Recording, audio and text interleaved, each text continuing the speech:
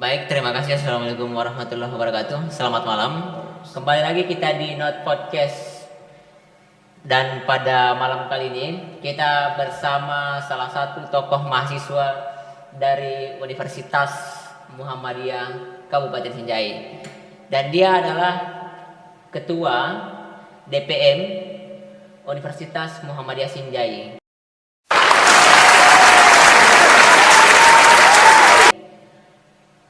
Dia menjabat sudah hampir selesai masa jabatannya. Dan malam ini kita akan berdiskusi panjang lebar terkait dengan pengalaman beliau sampai jadi ketua DPM dan beserta motivasi-motivasinya yang buat dia senantiasa merawat kepekaannya terhadap kondisi sosial yang ada khususnya di Kabupaten Sinjai. Nah, sebelum kita lanjut, saya ingin bagaimana pemirsa tahu siapa sih di depan saya ini. Nah, kepada beliau saya persilahkan untuk perkenalkan diri dulu ke pemirsa. Silahkan, Bu. Bismillahirrahmanirrahim. Assalamualaikum warahmatullahi wabarakatuh. Jadi nama saya Ihsan Akbar, kuliah di Universitas Muhammadiyah Sinjai. Kebetulan sekarang full semester 9. Sudah lewat, Bu, ya? Ya, sudah lewat. Jadi apa ya? Kemarin saya berbicara sedikit bisa. Ya, silakan. Jadi sebelum menjabat kemarin di DPM sebenarnya ada pilihan karena antara meneruskan perjuangan sebagai mahasiswa ataukah menyelesaikan akademik dengan tepat waktu. Nah, pada saat itu saya memilih atau mengambil keputusan bahwa saya akan komitmen dengan keputusan saya untuk maju ataupun melanjutkan jenjang dalam organisasi internal khususnya di kampus saya di Universitas Muhammadiyah Sinjai dengan segala tentunya komitmen penuh yang saya yang saya miliki. Saya mencoba untuk melanjutkan perjuangan senior-senior saya berproses dalam organisasi internal kampus. Sedikit mungkin bisa berbagi pengalaman. Bung lahir di mana sih? Kalau saya lahir di Desa Tongke-Tongke, Kecamatan Sinjai Timur, tapi semenjak kuliah saya berpindah domisili. Saya sekarang di Sinjai Utara, tepatnya di Kelurahan Lamat Pirilau, Kabupaten Sinjai. Nah, sekarang sudah berdomisili tetap di sana, namun saya tidak melupakan Tongke-Tongke yang tentunya mempunyai sumber daya alam yang cukup cukup luas.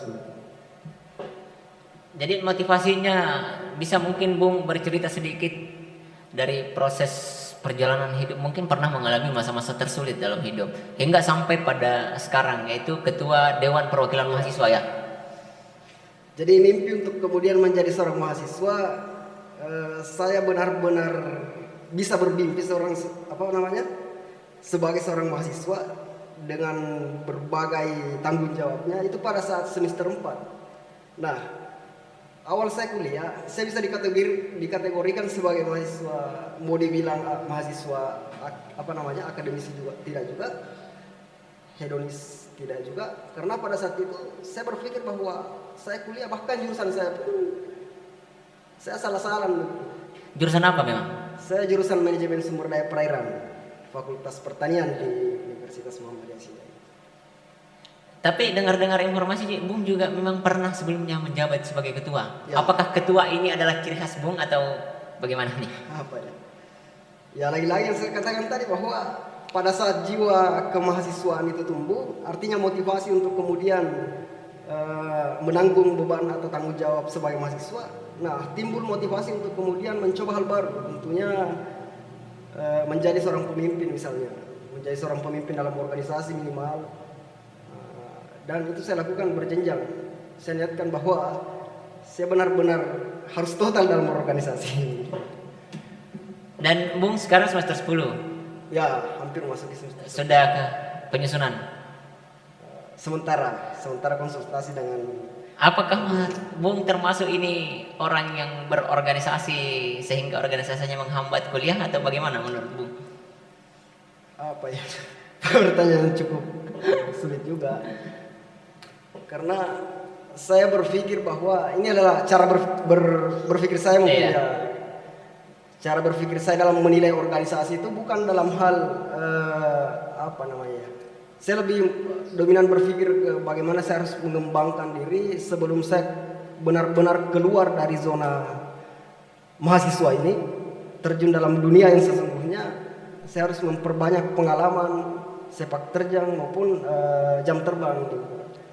Karena pada dasarnya masa-masa kuliah adalah masa-masa yang spesial begitu menurut saya untuk seorang mahasiswa, untuk mengembangkan soft skill, hard skill dan sebagainya itu kita dapat di kampus begitu. Iya. Tapi kan biasanya orang yang aktif di organisasi dan tidak terlalu memprioritaskan kuliahnya adalah orang-orang yang lahir dari keluarga yang mumpuni. Apakah Bung termasuk lahir dari keluarga yang mapan? Ya, bercerita tentang kondisi keluarga artinya kan setiap manusia diciptakan berbeda-beda. Nah, jika ingin menilai saya dari latar belakang keluarga mana, saya juga dari keluarga yang bisa dikategorikan tidak minim dalam hal finansial, tapi bagaimana kemudian saya memaksimalkan cara berpikir, bagaimana kemudian saya mulai dari sekarang untuk mengubah itu semua. Salah satunya adalah atau langkah awal adalah berproses dalam dunia aktivis atau menjadi seorang aktivis. Nah mungkin apa namanya sebutan aktivis tidak layak untuk saya begitu karena Enggak, Bung ini ketua. ya kan aktivis yang bisa menyimbangkan antara akademik dengan organisasi ya kan. Saya pikir selama dia punya pikiran untuk melakukan perubahan itu adalah aktivis menurut saya. Nah begini Bung, kan apa ya banyak sekali teman-teman yang butuh motivasi dan mungkin Bung punya pengalaman yang berangkat dari entah keterpurukan atau berangkat dari nol sehingga sampai seperti ini. Saya tidak bisa menjamin di luar sana banyak orang yang ingin seperti Bung, tetapi karena tidak tahu bagaimana caranya dan tidak ada lingkungan yang memotivasi sehingga dia berhenti. Ya sedikit juga artinya sesuai pengalaman yang saya rasakan sendiri dari awal menjajahi dunia aktivis, dunia kemahasiswaan khususnya. Yang pertama mungkin adalah prinsip. Bagaimana kemudian kita meniatkan kita memegang teguh yang namanya prinsip. Yang kedua adalah bagaimana kemudian kita memperbanyak sepak terjang. Karena dalam hal untuk mencapai sesuatu atau dalam hal untuk pengembangan diri yang akan kita lakukan itu kan ditunjang oleh atau ditunjang seberapa banyak jam terbang kita dalam hal pengembangan tersebut. Mungkin seperti itu. Jadi intinya bagaimana kemudian memegang teguh prinsip, artinya benar-benar komitmen. Contohnya dalam hal bercerita tentang mahasiswa, artinya bagaimana kemudian komitmen untuk terus atau menyadarkan diri kita bahwa kita disandang ataupun kita menyandang gelar mahasiswa dengan tanggung jawabnya itu loh.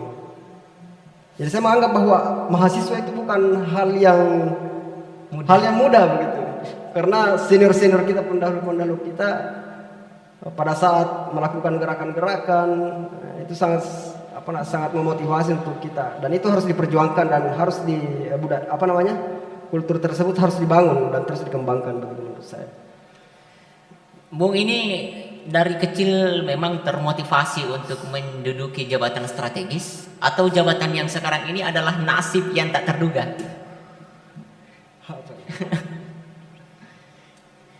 Berbicara tentang cita-cita mulai dari saat kecil, mungkin itu tidak sama sekali, karena mungkin lebih tepatnya yang kedua tadi kan. Nasib yang tak terduga. Tidak terduga gitu. Tapi Bung, menurut Bung nyaman gak sih jadi ketua?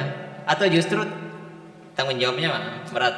Ya kan, menjadi seorang pemimpin dalam sebuah lembaga menurut saya itu seperti hujan, seperti musim kali ini. Ya kan kadang-kadang hujan dianggap sebagai bencana, kadang Kadang dianggap dirindukan sebagai dalam musim kemarau. iya, bencana dan kadang Berkah. dianggap bencana dan berkah Iya. gitu. Jadi apa namanya ya, tidak relatif gitu kan, berubah-ubah. Sebagai ketua Dewan Perwakilan Mahasiswa, itu kan Iya. seandainya misalnya di dalam konteks kenegaraan kan DPR ya kayak gitu. Iya. Banyak dong yang sering mengajukan mengeluh, banyak yang sering memasukkan aspirasi. Mahasiswa yang mengeluh dengan pembayaran mungkin, Iya. atau mahasiswa yang susah untuk ketemu dengan dosennya. Banyak masukan-masukan begitu. Artinya tugas ya, tugas. Ya, sebagai Ya. ketua DPN. Jadi lembaga ini sebenarnya dalam pemerintahan kita kan, dalam sistem pemerintahan kita kan dikenal dengan apa ya, trias politika kalau nggak salah, trias politika, eksekutif, Legislatif dan yudikatif. Iya. Nah, dalam dunia kampus sendiri itu biasanya dan umumnya digunakan ada dua fungsi, yaitu eksekutif dengan biasanya dikenal dengan Badan Eksekutif Mahasiswa, dan Maperwa. Ada yang menggunakan kata Maperwa, ada Majelis Mahasiswa, tapi umumnya dalam kami sendiri di Persyarikatan Muhammadiyah itu menggunakan Dewan Perwakilan Mahasiswa. Itu diatur dalam peraturan Muhammadiyah itu sendiri. Nah, pada saat menjabat sebagai ketua Dewan Perwakilan Mahasiswa, saya bisa mengatakan bahwa saya akan menjabat di organisasi baru dengan pengetahuan yang mungkin minim dalam orientasi kerja organisasi tersebut, di mana dalam organisasi Dewan Perwakilan Mahasiswa itu sendiri itu lebih dominan berbicara tentang legislatif, pembuatan undang-undang, pengawasan eksekutif, badan eksekutif mahasiswa. Jadi kadang-kadang kita dihadapkan dengan situasi di mana kita harus bentrok dengan badan eksekutif mahasiswa dengan fungsinya kita sebagai tim audit begitu Pak. Jadi ini adalah pengalaman yang luar biasa juga. Apa namanya ya? Saya tambahkan sedikit bahwa yang menjabat juga sekarang di Badan Eksekutif Mahasiswa Universitas Muhammadiyah itu adalah letting seperjuangan saya. Pada saat itu saya berkomitmen pada saat melakukan kuliah kerja karya di Sinjai Barat. Saya berkomitmen bahwa kita akan bersama-sama membangun lembaga mahasiswa di kampus kita. Tapi konsekuensinya kita harus pahami, kita harus betul-betul pertimbangkan bahwa ada akademik yang kemudian kita harus korbankan begitu bahasa kasarnya lah. Jadi pada saat itu saya berkomitmen, saya menduduki, dia namanya Faiz Fahrudin, presiden mahasiswa di Badan Eksekutif Mahasiswa, itu sekarang menduduki sebagai menduduki Badan Eksekutif Mahasiswa, dan saya sendiri di Dewan Perwakilan Mahasiswa. Tentunya berbicara tentang minimnya pengetahuan ilmu terkait dengan aturan-aturan. Karena saya sendiri dari latar belakang perikanan. Perikanan. Saya kan mahasiswa manajemen sumber daya perairan. Nah, mungkin dia lebih paham terkait bagaimana sistem pemerintahan karena saudara saya itu jurusan ilmu pemerintahan di Fakultas Sosial Politik. Nah, itu yang kadang-kadang membuat saya kayak, apa sih ini jabatan seperti ini hanya mengundang konflik begitu kan? Karena tapi lagi-lagi saya berpikir profesional.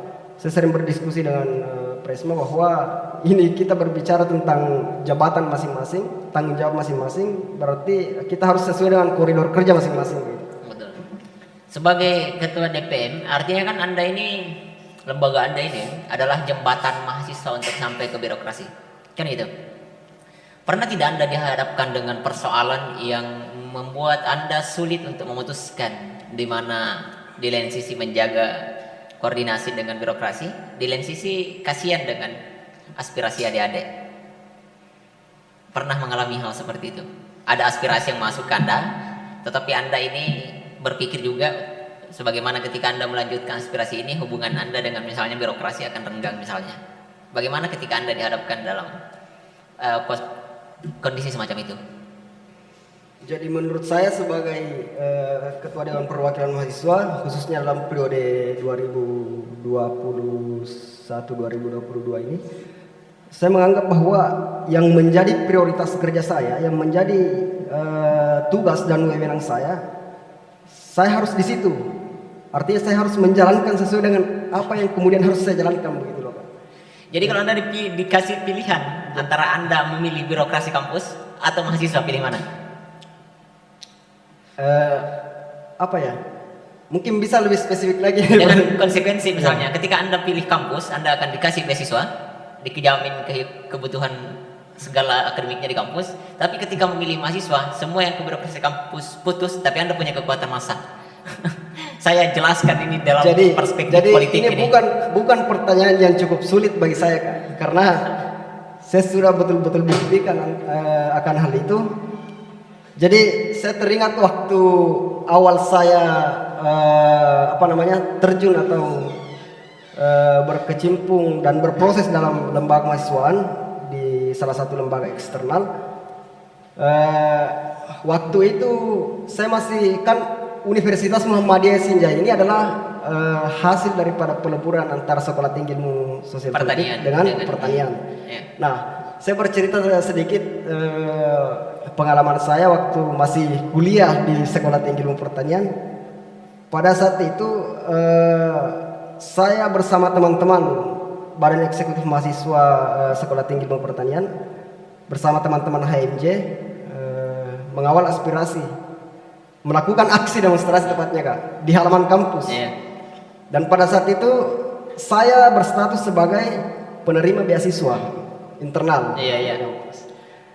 Nah, banyak pertimbangan kemudian yang diberikan kepada saya, khususnya teman-teman terdekat, bahwa konsekuensi untuk turun berdemonstrasi apalagi di halaman kampus ini sangat bahaya ceritanya Kak. Artinya sangat berpotensi untuk dijatuhkannya saya. Artinya untuk dicabut beasiswa saya tidak terlalu khawatir. Tapi di deonya ini loh. Jadi kekhawatiran itu saya pertimbangkan semaksimal mungkin, dan alhasil saya turun demo pada saat itu Kak. Dan itu pertama kali saya melakukan aksi demonstrasi di halaman kampus. Jadi bukan di jalan, di halaman kampus. Mendemo kampus sendiri. Iya, mendemo kampus sendiri. Nah, pengalaman itu. Jadi saya merasa tidak sulit jika jika ditawarkan pilihan antara birokrasi dengan lembaga kemahasiswaan yang khususnya bisa menjadi mitra pengembangan kampus dan mitra kritis bagi kampus. Jadi ada dua hal yang kemudian saya harus pikirkan, mitra dalam hal pengembangan kampus dan mitra kritis. Nah, dalam hal ini tugas kami lebih dominan ke pengawalan isu mahasiswa. Jadi pada saat itu saya lanjut kembali bahwa pada saat itu saya benar-benar komitmen untuk membersamai teman-teman melakukan aksi demonstrasi pada saat itu. Dan apa hasilnya? Hasilnya pada saat isunya pada saat itu adalah adanya suatu kalau tidak salah ada hal yang berbau politik yang masuk di kampus. Ada hal. Tetapi pada saat itu tidak dapat teguran dari kampus kan? Saya mendapat banyak sekali intervensi. Ya. Itu adalah konsekuensi menurut saya. Ya. Jadi alhamdulillah saya bisa seimbangkan itu. Nah, pada saat selesai dan alhamdulillah hasil pada saat itu teman-teman dari Badan Eksekutif Mahasiswa beserta teman-teman yang lain alhamdulillah mendapat respon dari kampus. Nah, ini juga biasanya kan orang melihat lembaga-lembaga kemahasiswaan itu, khususnya misalnya lembaga-lembaga internal kampus itu adalah produk